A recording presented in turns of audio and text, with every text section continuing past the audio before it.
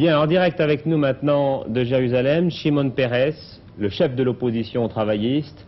Est-ce qu'on peut dire d'ores et déjà, Monsieur Peres, que vous êtes prêt à assumer cette succession de Menachem Begin? Est-ce que c'est une succession qui vous paraît tout d'abord très proche à assumer? Oui, comme vous savez bien, il y a une date pour les élections, c'est-à-dire le novembre prochain, mais il y a une bonne chance pour avancer les élections du Parti travailliste. Donc, maintenant, les résultats des délibérations dans le gouvernement et dans le Parlement. Et ce qui étonne, ce qui choque même vu de l'étranger, c'est ce chiffre impressionnant de l'inflation, 130% en un an. Est-ce que vous, travaillistes, sentez que vous êtes capable de juguler cette inflation galopante?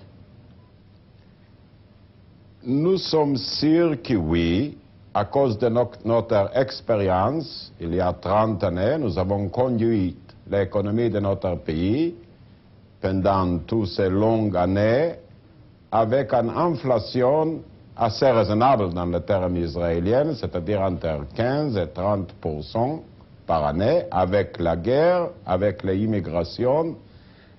Et nous pensons que nous pouvons réduire encore une fois le niveau d'inflation chez nous. Monsieur Peres, si vous succédez au Premier ministre, Monsieur Begin, de quelle façon comptez-vous réactiver les accords de Camp David, à savoir le problème épineux de l'autonomie palestinienne? D'abord, aussi notre gouvernement va respecter l'accord de Camp David sans aucun changement. Parce que c'est un accord international et nous allons respecter tous les accords internationaux comme ils sont. Pour les problèmes palestiniens, il faut demander d'abord où se trouvaient les Palestiniens. Plus qu'à moitié sont en Jordanie, les autres se trouvent dans la Cisjordanie et à Gaza. Et nous pensons que la meilleure solution, c'est une solution unifiée.